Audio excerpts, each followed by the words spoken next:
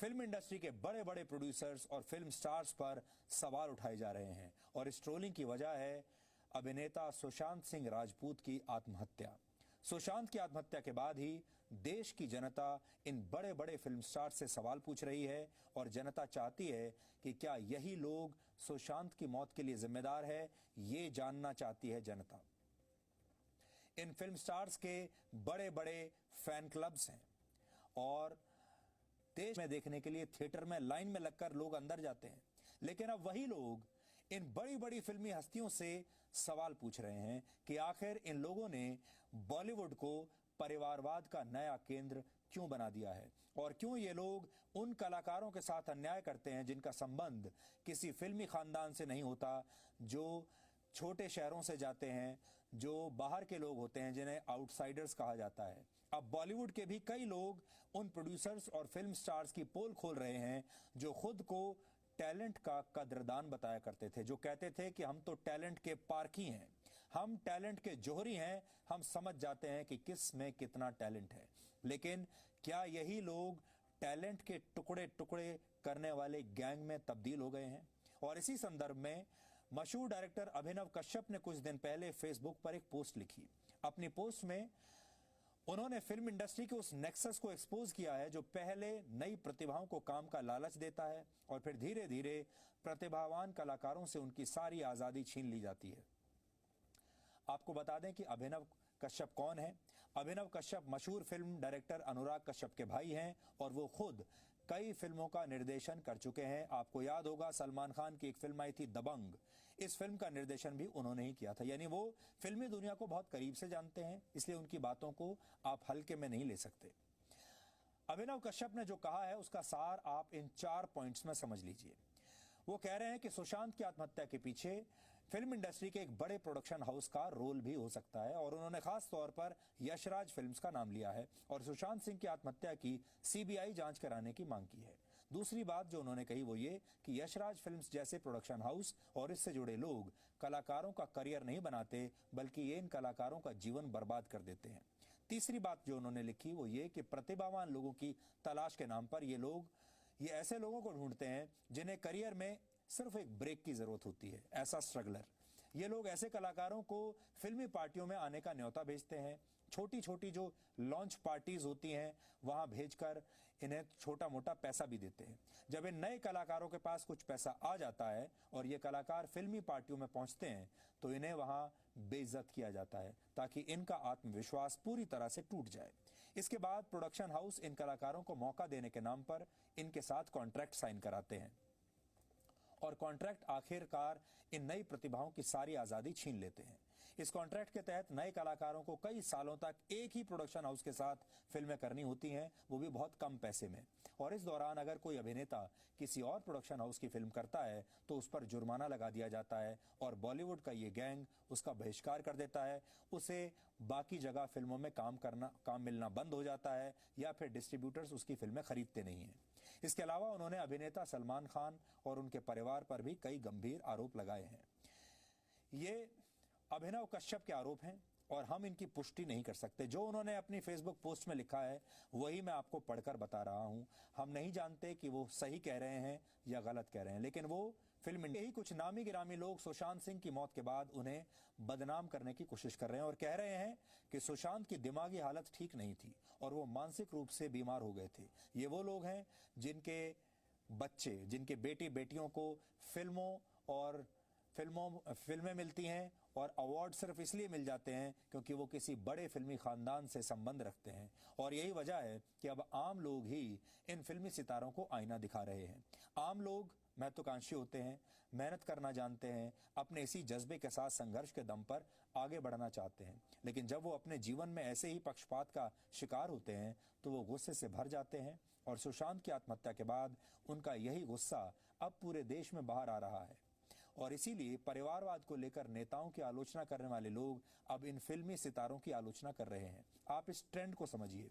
इससे पहले राजनीति में जो लोग परिवारवाद को आगे बढ़ाते थे और जो राजनीति के बड़े बड़े खानदान थे, लोगों का गुस्सा उन पर फूटता था। लेकिन अब शायद पहली बार ऐसा हो रहा है जब देश के आम लोग, देश का जो आम दर्शक है, फिल्म देखने वाला वो उन्हीं फिल्म बनाने वालों के खिलाफ गंभीर आरोप लगा रहा है और उनके खिलाफ एक मुहिम चलाए हुए है।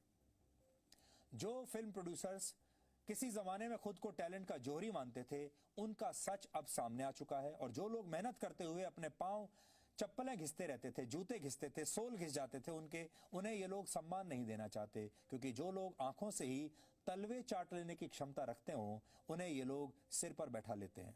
कहानियों के जरिए जज्बात बांटने वाले ये लोग प्रतिभा के कदरदान नहीं हैं, बल्कि उनके कातिल हैं। लेकिन सोशल मीडिया के दौर में अब इनके लिए अपना चेहरा छिपाना मुश्किल हो गया है, और यही वजह है कि लोग पहली बार बॉलीवुड के इन मठाधीशों को जबरदस्त तरीके से ट्रोल कर रहे हैं। इस बात को आप समझिए, आज से कुछ वर्षों पहले तक सोशल मीडिया नहीं था, खबरें बाहर आती नहीं थी, और जो जानकारियां होती थी फिल्म प्रोड्यूसर्स के बारे में, डायरेक्टर्स और फिल्म स्टार्स के बारे में, वो बहुत कम हुआ करती थी। जानकारियों की जो डिमांड थी वो बहुत ज़्यादा थी, और जानकारियों की जो सप्लाई थी वो बहुत कम थी। इसलिए उनके जो दर्शक थे उन्हें बहुत कम जानकारियां मिलती थी उनके बारे में, और कम जानकारियों के अभाव में दर्शक उन्हें लार्जर देन लाइफ रोल में देखते थे, बड़े पर्दे पर देखते थे, और ये सोचते थे कि ये लोग हमसे अलग हैं, ये लोग हमारे जैसे कमज़ोर लोग नहीं हैं, ये बड़े लोग हैं। आप इसे बॉलीवुड का तख्ता पलट भी कह सकते हैं, क्योंकि पहली बार हो रहा है जब बॉलीवुड में इतने बड़े बड़े लोगों का तख्ता पलट करने की तैयारी आम लोगों ने कर ली है, दर्शकों ने कर ली है। और इसे आप विद्रोह कह सकते हैं, क्योंकि अब सोशल मीडिया का जमाना है। लोकप्रियता किसी बड़े बैनर की मोहताज अब नहीं रही।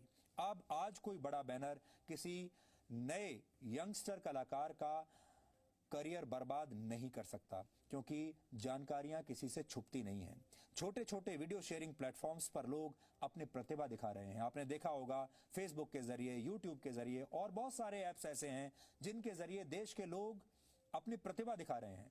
और बिना फिल्मों में काम किए ही इस समय बहुत सारे ऐसे लोग हैं, सैकड़ों हजारों की संख्या में, जिनकी फॉलोइंग सोशल मीडिया पर किसी फिल्म स्टार जैसी ही है, बिना किसी फिल्म में काम किए।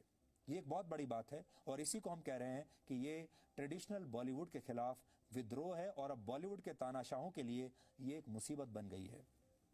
एक जमाने में जब आप 70 mm के पर्दे पर इन फिल्म स्टार्स को देखते थे तो उनकी इमेज लार्जर देन लाइफ दिखती थी। ये स्टार्स लोगों को किसी भगवान से कम नहीं लगते थे।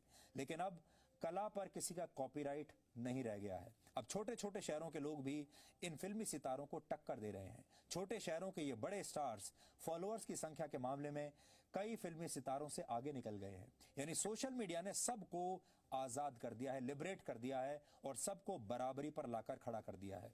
अब कुछ भी छिपाना किसी के लिए संभव नहीं है। इससे पहले फिल्मी दुनिया के जो पत्रकार होते थे और बड़े बड़े डायरेक्टर, प्रोड्यूसर्स और स्टार्स, उनके बीच में एक नेक्सस होता था। पत्रकार उनके साथ मिले हुए होते थे, वो उनके खिलाफ खबरें छाप नहीं सकते थे, लेकिन पत्रकार अब वही खबरें छिपा नहीं सकते। सरकारें सच नहीं छिपा सकती, फिल्मी दुनिया के लोग वो राज नहीं छिपा सकते जिनसे उनकी हकीकत सामने आ जाती है। सब कुछ सामने आ चुका है। बॉलीवुड में टैलेंट के टुकड़े टुकड़े करने वाला ये गैंग अब बेनकाब हो चुका है, और सुशांत सिंह राजपूत की मौत इनकी तानाशाही के ताबूत की एक तरह से आप कह लीजिए आखिरी कील साबित हो सकती है। बॉलीवुड के इन कथित भगवानों को पूजने की परंपरा अब टूट गई है, और जिसके पास सेवा होगी वही आने वाले जमाने का सच्चा सुपरस्टार होगा। इसलिए हमारी आपसे अपील है, ये एक आज़ाद दुनिया है। इस आज़ादी की हवा में आप खुलकर सांस लीजिए। आपके अंदर अगर प्रतिभा है तो आपको पलायन की कोई ज़रूरत नहीं। टैलेंट का कोई कथित जोहरी आपकी प्रतिभा को अगर ना भी पहचाने तो भी आप अपना रास्ता खुद बना सकते हैं। सुशांत सिंह राजपूत ने एक बहुत बड़ी गलती की, जो इन लोगों के सामने वो हार गए, और उन्हें ये लगा कि अगर इन लोगों ने उन्हें काम नहीं दिया तो आगे उनके सारे रास्ते बंद हो जाएंगे। यही उनकी सबसे बड़ी गलती थी। लेकिन उन्होंने जो कुछ भी किया, अब इसके बाद हमारी कोशिश ये होनी चाहिए कि कोई और बड़ा कलाकार, छोटा कलाकार, नया कलाकार, पुराना कलाकार अब इस गैंग का शिकार ना बने, और ये जो पूरे का पूरा एक तरीके से एक नेक्सस बना हुआ है, ये नेक्सस अब टूट जाए।